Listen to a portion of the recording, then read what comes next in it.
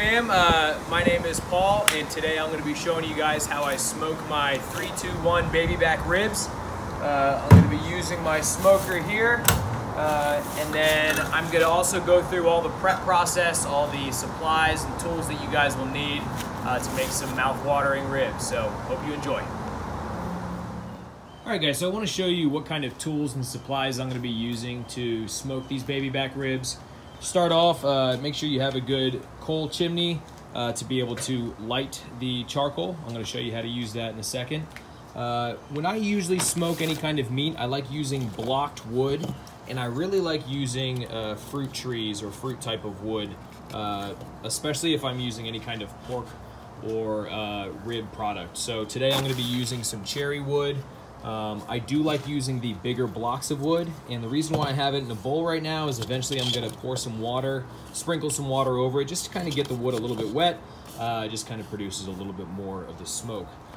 I highly suggest that you guys use at least one, if not two, good grill mitts. We're going to be dealing with whether we're holding the chimney smoker or the charcoal chimney, or just grabbing the ribs, pulling them out. It's really good to have a comfortable protection of the mitt. And then probably most importantly, make sure you have a good drink to keep you company while you are smoking the meat. Today I'm going to be having this interesting coffee IPA. It's actually not that bad at all. Next I'm going to tell you guys about the meat I plan on using. So I got these baby back ribs from Trader Joe's. A lot of times if you're buying a rack of baby back ribs like this, you're going to be paying anywhere between 18 to 22 bucks.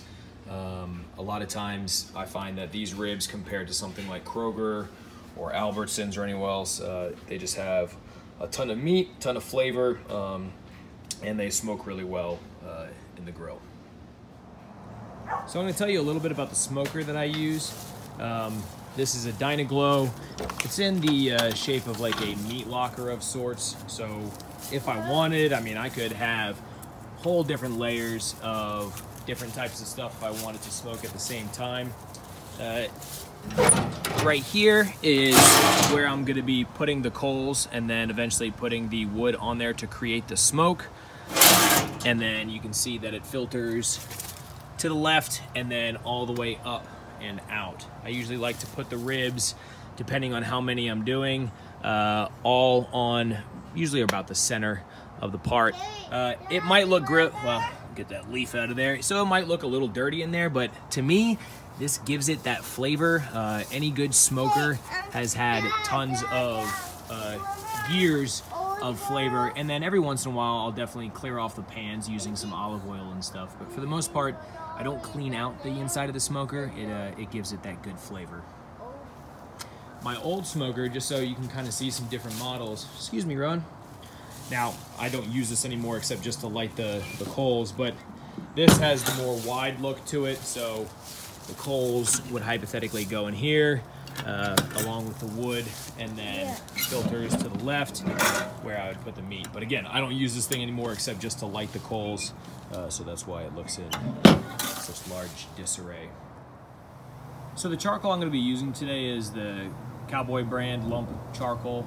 I also like to use Kingsford, especially if I can find the type of wood that I'm flavoring it with. So I'm going to show you an example of a bag that I'm not going to be using today, but this one's a hickory bag, but like I already told you guys, I'm using cherry wood. So sometimes these charcoal have the wood embedded into the charcoal, but I just couldn't find any cherry, so I'm just going to be using my regular lump charcoal today. This kind right here. So I've got my chimney all prepped. What I like to do is put some brown paper bag at the very bottom as my starter when I start to light it. And what I'm going to do is be pouring the charcoal onto the top over here. I do not like to use lighter fluid. It just kind of adds an unwanted chemical flavor to it. So if it takes sometimes me trying to light the bottom a couple times, I don't mind doing that as opposed to using any kind of lighter fluid. So I've got the charcoal dumped inside the chimney. What I'm going to do now is use these long stick matches to light. If I can do this in one try. light the brown paper bag that's at the bottom. Again, sometimes this takes a couple tries. I'll light one side and then I'll usually light the paper on the other. And this will begin to get the coals hot and ready to be dumped in the smoker. Now, it will usually take anywhere from 5 to 10 minutes to get all the coals lit. I like to have them all lit properly before I put them into the smoker. So this will take about 10 to 15 minutes possibly. So I want to quickly talk about the dry rub, the seasoning that I'm going to be putting on the ribs today. So this is a Jack Daniel's rub that I got from Ace Hardware. It has a lot of the garlic salty flavor to it that I really like on the ribs. I'm also going to take the ribs. I don't do any of the trimming with the fat. A lot of pros do that, especially if they're entering competition and stuff like that. But one, I'm a little lazy, and two, I like as much stuff on these ribs as possible. So, but I am going to cut them in half, and there's two reasons for that. Number one, as I kind of showed you in the way my smoker is set up, is that it's more tall than it is wide. And then the second reason is once we get to the barbecue phase of this, usually Scarlett and I like 2 different types of barbecue. So I'll slather one in one type of barbecue and I'll slather the other for whatever Scarlett chooses. So this is what the ribs look like for me after I've seasoned them. Again, you should still be able to see a lot of the meat, especially with something like ribs or maybe a pork butt. I wouldn't go over the top with the seasoning because the meat itself already has a very savory type of flavor. Whereas something like a brisket, to me, it's always good to over-season. It helps with the bark as well as getting that salty flavor into the brisket. But I do all sides. I mean, you can see I season the bottom, the sides, the top, every little bit. All right, guys, so as you can see, I've got the coals nice and hot. They're all lit. I have prepped my smoker so that the area where I'm going to dump the coals is just going to be able to go right in there. I've got my grill mitt on. I'm going to go ahead and just take this, bring it over, dump it in. A little falls out to the bottom, no worries, I can always just stomp on it. Go ahead and push it in. I am not putting in the wood yet. I make sure that the vents on the side are all the way open because right now what I want to do is jack up the temperature. This grill comes with, it kind of gives you like the sweet spot between 200 and 275 depending on what you're cooking or where you want the needle to get to. I'm going to try to get it to around 200-ish, 225. So when that happens, we will come back. All right, so I'm getting close to the temperature that I'm gonna want my smoker to be at. So what I'm gonna go ahead and do is take my ribs and place them inside the smoker. Go ahead and pop this open. Again, I haven't put the wood in there, so there's not gonna be a whole lot of smoke yet. Take the ribs carefully on one. I want these to cook pretty evenly, so putting them on the same rack, since I cut them in half, it makes it pretty easy to do. Then I go ahead and shut it and lock it. So already the temperature is kind of picking up a little bit. It's at the point where it's gonna get a little too high. I don't want it to get 250. So what I'm gonna do before I even put the wood in is I'm gonna take the vents, I'm just gonna close them about halfway. So the more airflow that you have going through the smoker, the hotter the temperature will get inside the smoker. So this just kind of prevents as much airflow getting through. I'm gonna go ahead and open this hatch right here. I'm gonna go ahead and take my wood that I have sprinkled water and it's kind of been soaking on. And again, I like taking these big chunky pieces and I just toss them in there. And so this is what adds really the smoke to the smoker. What we should see coming up soon is some smoke starting to come out through the top, especially once that wood kind of catches the vents. I'm actually going to open the vents up just to make sure that the wood catches. And in a second, we should see some smoke coming out here. So, as you can see, we've got some nice smoke coming right out of the top there. That means that the wood is lit, it is doing its job. If I didn't put any wood in there and I left this just with charcoal and kept putting charcoal inside, it would cook the meat, but the wood gives it, this cherry wood's gonna give it that smooth, almost sweet flavor to the bark, especially on the outside, and kind of help cook the meat all the way through. So the reason why I call these 3-2-1 ribs is because for the first part of this, I'm going to be cooking it in the smoker anywhere between 200 and 250. I'm going to try to keep it actually closer to the 200 side. So as you can see already, this smoker, it kind of heats up really easily. So I'm going to shut the vents and try to bring this temp back down. But I'm going to cook at it completely uncovered. The ribs, you know, just have the seasoning on them for 3 hours. Then after 3 hours, I'm going to wrap them in a foil, and I'm going to show you how I do that and cook it for another 2 hours. Then I'm going to take them back out of the foil, put some barbecue sauce on them, and cook them for 1 more hour, and then they will be done. Ribs are really the only type of meat that I actually smoke where I don't use a thermometer in the meat. Anytime I do a brisket, anytime I do a pork butt or a shoulder, big slabs of meat, steak, anything like that, I'm very religious about using a meat thermometer to help tell me when I should take it out of the smoker. But for something like ribs, especially when I'm doing the 3-2-1 method, the time is really going to be the key. So it's only been about a half hour or so since I first put the ribs in. Smoke's still going great. Every half hour or so I like to peek in, kind of see what the coals are looking like. If it's starting to get low, then what I usually do is grab some more coal, just take a handful or so, pop this open, and then I just toss some of the pieces in,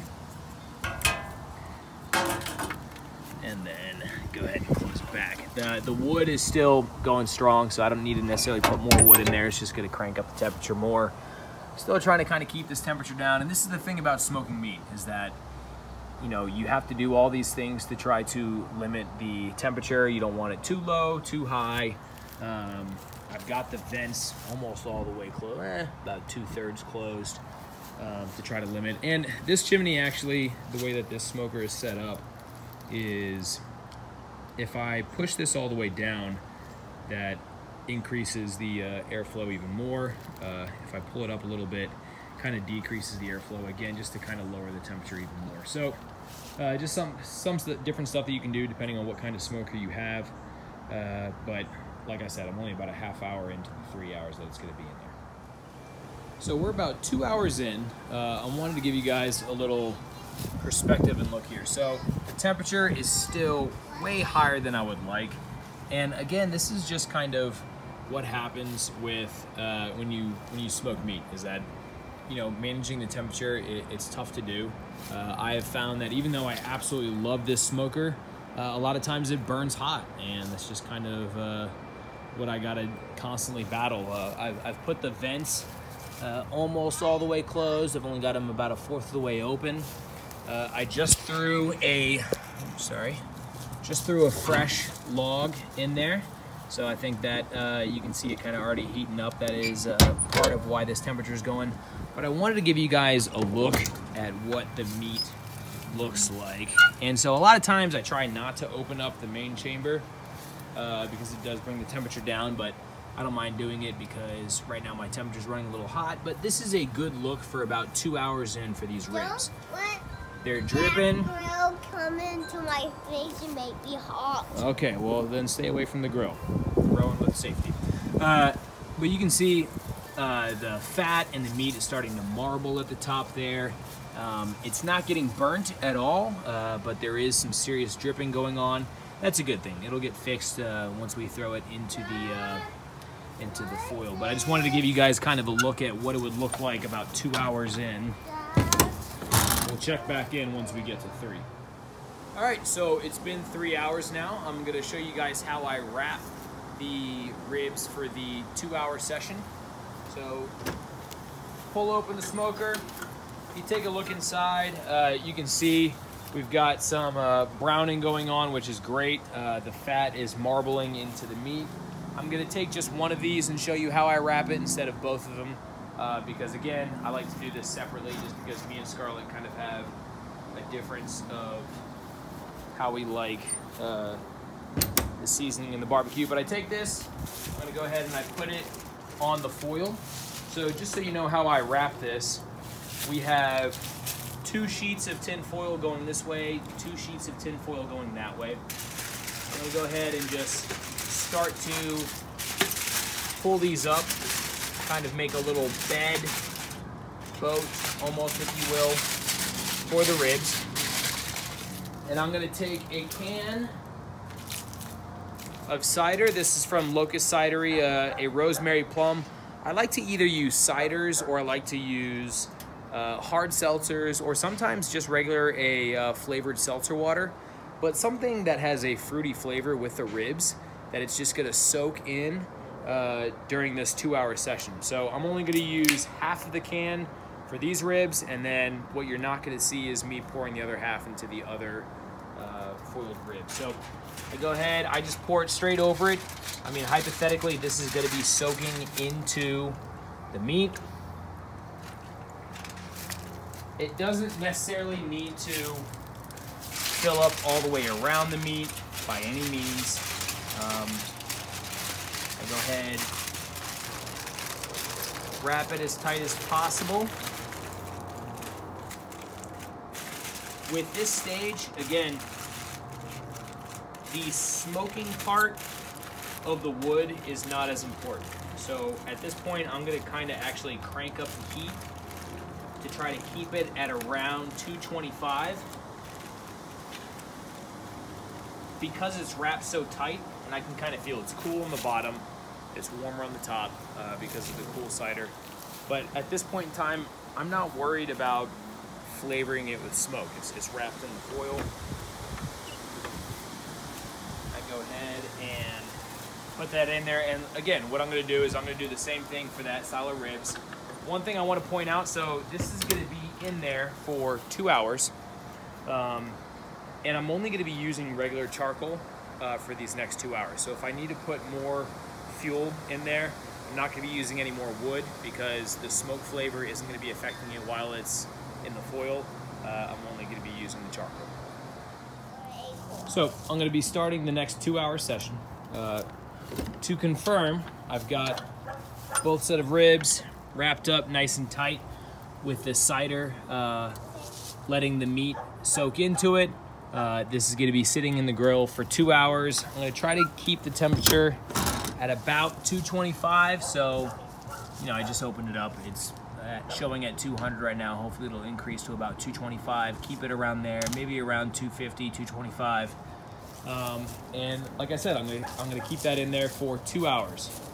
For those of you keeping track, second beer of the day, we got a Bloody Mary pickle beer. For those of you like something spicy, something tart, the Martin House Brewing Company does a great job with their sours and with their spicy beers, so go ahead and check it out. 2 hours, we'll check back in. Again, no need to put wood into the grill part from here on out. At least for the next 2 hours, I'm going to only be putting in charcoal. All right, so it's been 2 hours. I'm going to go ahead and pull these ribs out. I've got my trusty heat protected mitts on. This one. Carefully take it out. Go ahead and close this. I'm only going to show you guys how I sauce one of them, but you carefully undo the foil. It's got to be hot, so if you need to keep your mitts on, feel free to do so. You're not going to need to have the foil any longer, so if you need to rip the foil apart, There ain't nothing wrong with that. You take a look at this so far, so you can already see that cooking in that cider brine, the meat is starting to pull back from the bone. That's a great sign. It smells amazing right now. And so what I'm gonna do is I'm gonna go ahead and sauce it, taking that Junkyard Jim's bourbon sauce. So this is my own one, and I'm just going to drizzle it on the top. Not worried about spillage that much. I'm not gonna absolutely coat it. I'm not one that's gonna be big on slathering it evenly all over the place. I just like to give it a good topping. And then, all right, so I've sauced the top of it like I showed you guys. Now I'm gonna go ahead and place it back in the smoker, out of the foil. I'm gonna do the same for this one on the left here, and I'm gonna sauce it in the honey whiskey for Scarlett's ribs, and then I'm gonna leave these on for an hour. So again, this would complete the 3-2-1 method of the smoking. I'm also gonna put a couple more chunks of the wood in there to get some more of that smoke flavor into that barbecue sauce. But again, only for about an hour, and then I'm gonna go ahead and take them off. One thing I want to stress on this last hour, you don't have to go the full hour. So if you feel like yours has been running hot all day, kind of like how mine has. Now the temperature has kind of dropped inside the smoker, so it's not quite at the 200 mark that I'd like it to be, but it's not terrible. But I mean, it's still, you've got a lot of good smoke coming out. I'd put some new wood in there. But if you open it up, especially like after like 15, 20 minutes, and you see that it's starting to blacken in any sort, the ribs have already been cooked through.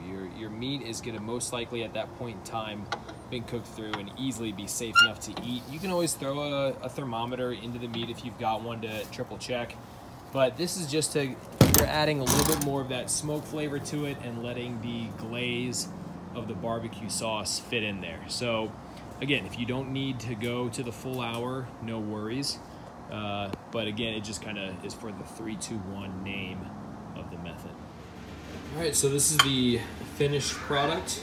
We've got the honey whiskey on the left, the bourbon on the right. Seeing the meat just pulled back from the bone there, this is just a great sign that it cooked all the way through, tightening up on there. If I wanted, I mean, I'm barely pulling this rib off, and there's hardly any meat sticking to it. All that meat right there, that's just gonna be a pure joy biting into. But that's how you know that these ribs were cooked well. I mean, the bone should just pull straight away from the meat. Super juicy, super flavorful. Hope you guys enjoy. Take care.